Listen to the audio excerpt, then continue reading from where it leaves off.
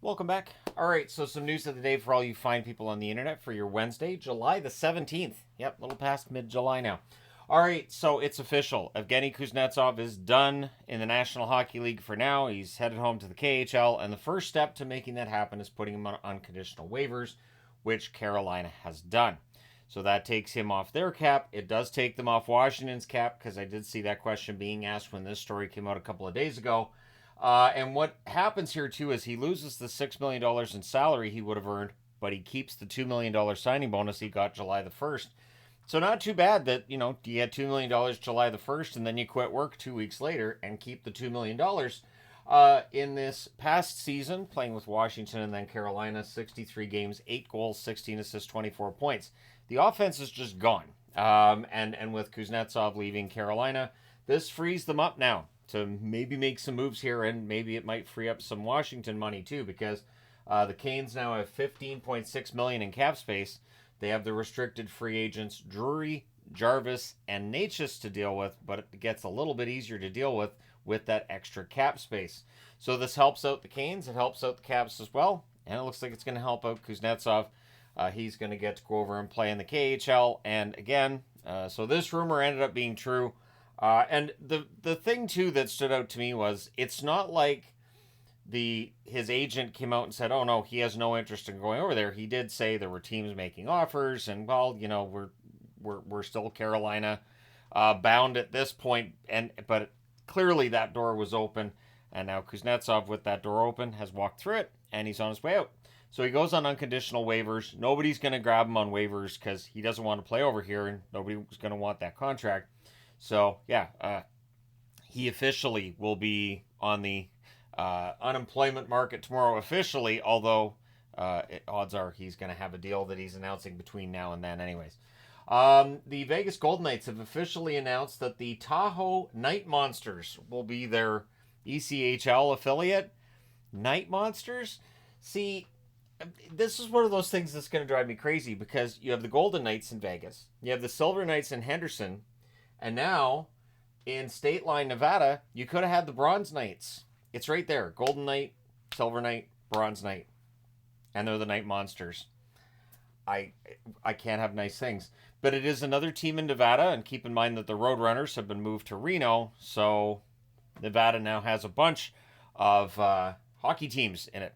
And so all the best to them. And I'm sure that the Night Monsters will have a fun jersey, because Henderson does, Vegas does, so no reason to think Tahoe won't. But again, Bronze Knights was right there. I don't know. Some days it's like I don't why doesn't anybody call me?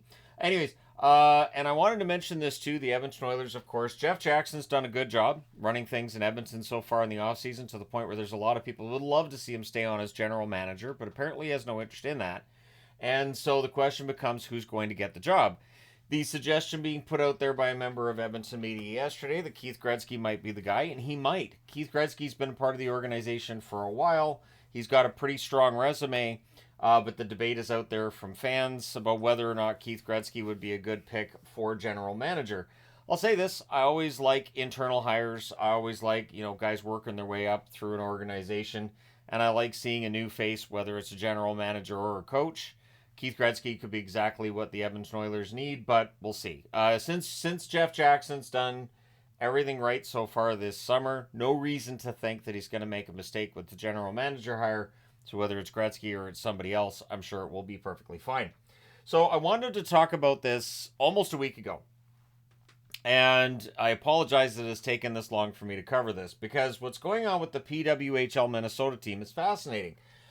Minnesota, a team that was successful on the ice this year, did pretty darn well. And immediately after doing pretty darn well, they get rid of their general manager, Natalie Darwitz. Now, what's interesting is she gets pushed out with this idea that, hey, this is an unworkable environment. And word came out pretty quickly that it was Ken Klee, that she had clashes with Ken Klee. Also, there's Kendall Coyne Schofield's name's been out there as well. Ian Kennedy with a good report on this too, so I'm gonna put some credit up there for him on this, working for the Hockey News on this story. And the stories have been out there about Ken Klee and his behavior as head coach. Rumors of him using some slurs that players didn't necessarily like. That he nicknamed one of the younger players Dumbo, which, of course, a name like that's going to stick, right? That's absolutely going to stick. And it's not, I don't know, maybe it's an old motivational technique from Clee, but I don't know how that's going to motivate somebody. And also, playing favorites with star players. Basically, why are you going out on the ice? No, you're not taking reps away from the star players, so stay off the ice. So it's been out there that there's this culture in Minnesota which is toxic, abusive, unprofessional. Clee isn't very nice to some of the players, and he's great to some of the others. So it feels like there's a hierarchy with the team that probably shouldn't be there. And the tricky part is that the players that are not happy with the way things have been run in Minnesota don't want to speak too loudly because they're concerned that if their names are attached to this, they'll be labeled as troublemakers and they'd have difficulty with staying in Minnesota for one or getting work elsewhere in the PWHL as well. So we'll see what happens. This is a developing story, and I wanted to put some light on this because it does seem like Minnesota made a mistake here. Getting rid of Natalie Darwitz, I think, was a mistake. She's the general manager that put together the team that was successful in the playoffs. And I understand that the relationship between her and the coach is unworkable, but I think there was more diligence that wasn't necessarily done here by all the reports that have come out after. So we'll see what happens in Minnesota with this story and if anything further takes place.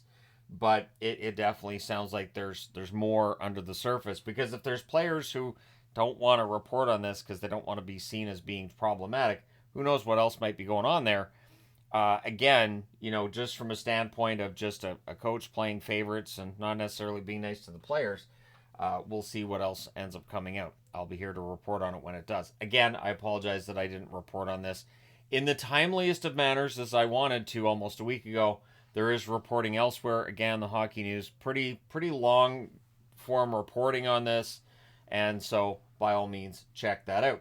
I wanted to throw this into today's video because it's a fun story and it's a good story. So if you're in Canada, and according to my reports, about 40-45%, depending on the day, of viewers of this channel are in Canada, it is Tim Hortons Camp Day, which is interesting because I haven't heard that obnoxious commercial with the Camp Day song in it. But 100% of the sales of hot or iced coffee will be donated to foundation camps for local youth. So it goes to a good cause. Everybody in Canada is probably pretty familiar with Tim Hortons coffee. Some don't like it very much, but most do. And so if you buy your coffee today at Tim's, the money goes to a good cause. So I wanted to throw that out there. So let me know your thoughts in the comment section below. As always, don't forget to hit like and subscribe in the event that you've not done so already. Thank you guys so much for all your support. I will talk to you again soon.